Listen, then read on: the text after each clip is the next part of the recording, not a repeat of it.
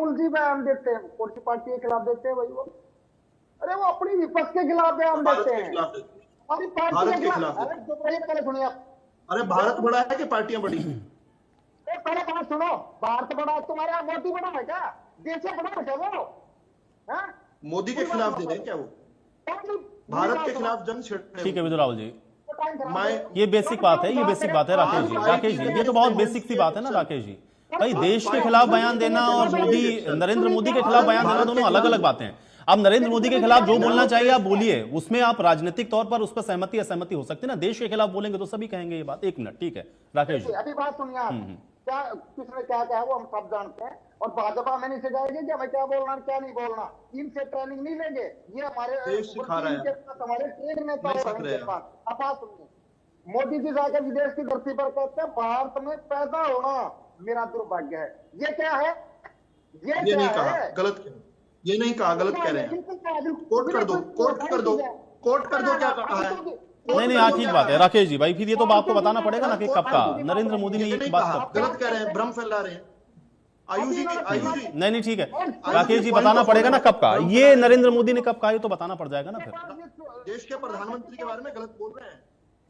हम क्या गलत बोल रहे हैं? तुम्हारा प्रधानमंत्री होगा, वो चोर का प्रधानमंत्री। भाई वो सबके प्रधानमंत्री, हमारा तुम्हारा नहीं होता ना राकेश जी। प्रधानमंत्री तो देश का होता है, प्रधानमंत्री देश का होता है राकेश जी। राकेश जी देखिए, राकेश जी देखिए, धैर्य से जवाब देना है। मैं इतना आवेश में आने की जरूरत नहीं है, आराम से जवाब दीजिए। मैं ये कह रहा हूं देखिए, कोई भी बयान अगर आप ये कहेंगे ना कि उन्होंने ऐसा कहा तो उसको कोट करना पड़ेगा। आपको कोट करना पड़ेगा ना। जैसे आपने कहा कि प्रधानमंत्री ने ऐसी बात कही, कब कही, कहां कही, उसको कोट कर दीजिए साथ में। अवेलेबल नहीं होती। अभी देखिए, अब दूसरी बात उन्होंने कहा कि नहीं बोलनी चाहिए, नहीं पूरी बात बताओ, नहीं बोलनी चाहिए। ठीक है अभी राकेश जी बोलनी चाहिए। जब आपको अरे राकेश जी फिर आवेश में आ रहे हैं। राकेश जी आवेश में आने की जरूरत नहीं ना, मैं बार बार कह रहा हूं। देखिए फैक्ट्स के साथ बातों को अगर आप रखेंगे तो आप आराम से काउंटर कर पाएंगे। आप वो समय बताइए, आप वो डेट बताइए, आप वो जगह बताइए जहां पे प्रधानमंत्री ने किस देश में ये बात कही थी जाकर के। अरे आयुष जी, आप जो ना बीजेपी का प्रवक्ता बनने की कोशिश ना करें। अरे राकेश जी, अब भाई मैंने आप सवाल पूछ लिया तो बीजेपी का ये तो भाई ये तो आप मैं तो ये पूछ रहा हूं ना आपसे। भाई मुझे नहीं याद है, मुझे नहीं पता कि कौन से देश में जाके प्रधानमंत्री ने ये बात कही। आप कोट करिए ना। जैसे उन्होंने ये कहा कि राहुल गांधी ने इस देश में जाकर के ये जगहों पर ये बातें कही, वो हैं। लेकिन आप प्रधानमंत्री अगर ने ऐसी बात कही है तो फिर आप मुझे बताइए ना किस देश में प्रधानमंत्री ने कहा। मैं तो स्थान और समय डेट के साथ बताया मैंने कि राहुल तो ये कोट करना पड़ता है। इसलिए इस तरह के स्टेटमेंट, ये इस तरह की बातें मत कहिए जिसका कोई आप एविडेंस ना रख पाए। मेरा केवल इस पर आपत्ति, बाकी आपको जो कहना है। एक मिनट, अब राकेश जी राजनीतिक बात करें ना, एक मिनट राकेश जी। अभी हम कर्नाटक की बात कर रहे थे। इन्होंने कहा कि चुनाव अधिकारी की नियुक्ति, क्या जो हमारा राष्ट्रीय चुनाव आयोग है, क्या उसके अधिकारियों की नियुक्ति एक राज्य सरकार के दायरे में आती है? नहीं, उसका जवाब मैं इनसे पूछता हूं। जी नहीं आती। चुनाव आयोग एक स्वतंत्र निकाय है, उसमें किसी भी, आप तो प्रदेश सरकार की बात करते हैं, केंद्र सरकार तक उसमें ज्यादा इंटरफेयर नहीं कर सकती यदि नियम कार्यक्रम किया जाए तो। चलिए, ये तो आपने माना कि केंद्र, ये तो आपने माना ना कि केंद्र नहीं कर सकता, फिर भी आप ये कहते हैं कि भाई देखिए चुनाव आयोग इनके हाथों में चला गया है। अभी आप ये भी कह रहे हैं कि ये कुछ नहीं कर सकते केंद्र में। ये विरोधाभासी बातें हो गई ना। देखिए, एक प्रदेश के अंदर दो चुनाव आयोग के अधिकारी होते हैं। एक प्रदेश चुनाव आयोग होता है और एक सीओ नेशनल, जो हमारा राष्ट्रीय चुनाव आयोग उसका सीओ होता है। जो चुनाव आयोग का मुख्य अधिकारी होता है, इसका जो हरियाणा, जैसे हम हरियाणा का ले तो हरियाणा चुनाव जो आयोग का अध्यक्ष है वो प्रदेश सरकार बना के तो सिर्फ पंचायती राज और स्थानीय निकाय के चुनाव कराता है। और सीओ जो होता है वो केंद्रीय चुनाव आयोग के अंतर्गत काम करता है। उसकी नियुक्ति वोटर लिस्ट कौन बनाता है? वोटर लिस्ट कौन बनाता है? बीएलओ कौन होते हैं? Booth level. चलिए ठीक है राकेश जी, मुझे लगता है कि इसमें हम लोग उलझ जाएंगे। आज प्रदेश कांग्रेस की बात करते हैं ना, अनुशासन समिति पर आते हैं।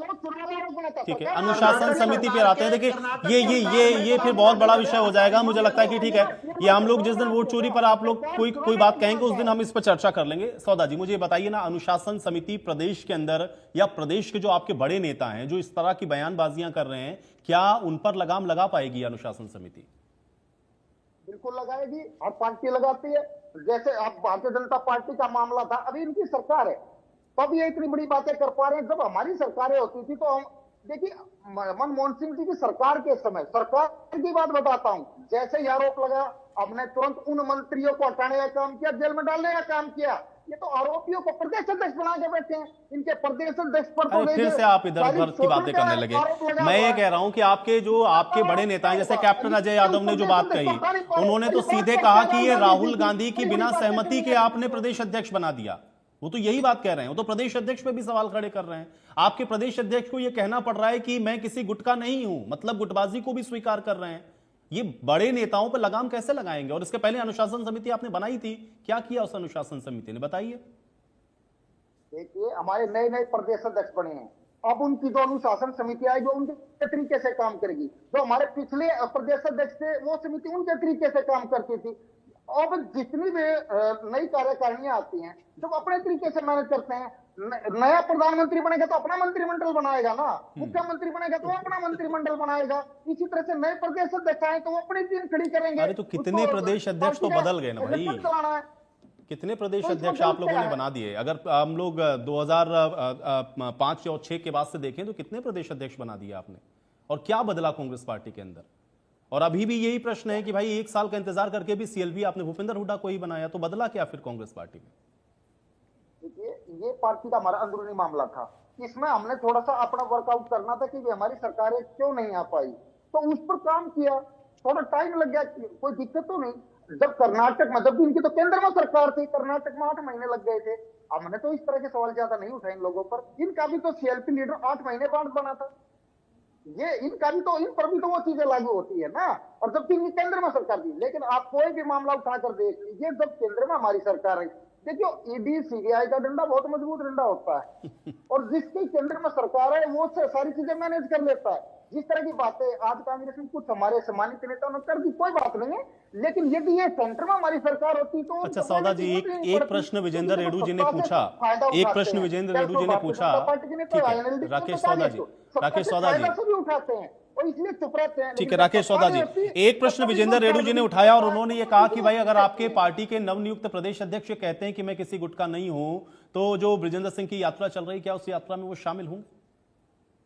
देखिए, आपने हमारा जो शपथ ग्रहण समारोह था हमारे प्रदेश अध्यक्ष का, उस दिन आपने देखा भी होगा, सारे वरिष्ठ नेता मंच पर मौजूद थे और इस बात पर चर्चा हुई थी। तो इसका जवाब उन्होंने दिया था कि भाई ये यात्रा एक तो पहले से निर्धारित है, उनके जो उनको नियुक्त किया गया उससे पहले से निर्धारित थी। दूसरा, ये पार्टी की आधिकारिक यात्रा नहीं है, एक ये पार्टी के वरिष्ठ नेता द्वारा निकाली जा रही है और सभी नेता स्वतंत्र है, कोई भी जा सकता है, किसी पर कोई रोक टोक नहीं, पार्टी की आधिकारिक नहीं है, लेकिन पार्टी के नेता की यात्रा है और उनको भी मौका मिलेगा तो वो भी जाएंगे, ऐसी कोई दिक्कत नहीं है इसमें। ये कोई इस तरह कोई बड़ा मैटर नहीं है। इस पर तो बिल्कुल क्लियर जवाब हमारे प्रदेश अध्यक्ष ने भी दिया, हमारे सीएलपी लीडर ने भी दिया, हमारे प्रभारी ने भी दिया था। इस पर तो बिल्कुल सीधा सीधा जवाब दिया था, तो उसमें सोचने वाली तो कोई बात नहीं है। तो कोई बात ही समय लगेगा, सब समझ जाएंगे। भाई पार्टी को मजबूत करने के लिए चल रही है ना यात्रा, तो अब उसको तो पार्टी को मजबूत करने का तो सबका जिम्मा है ना भाई, फिर तो ये गुटबाजी से ऊपर उठ करके जाना ही चाहिए, उसमें क्या समस्या है फिर ये क्यों कहना भूपेंद्र हुड्डा के कि मुझे नहीं पता कोई कौन सी यात्रा चल रही? भाई ये तो पता पूरे प्रदेश को पता है, तो फिर उनको कैसे नहीं पता?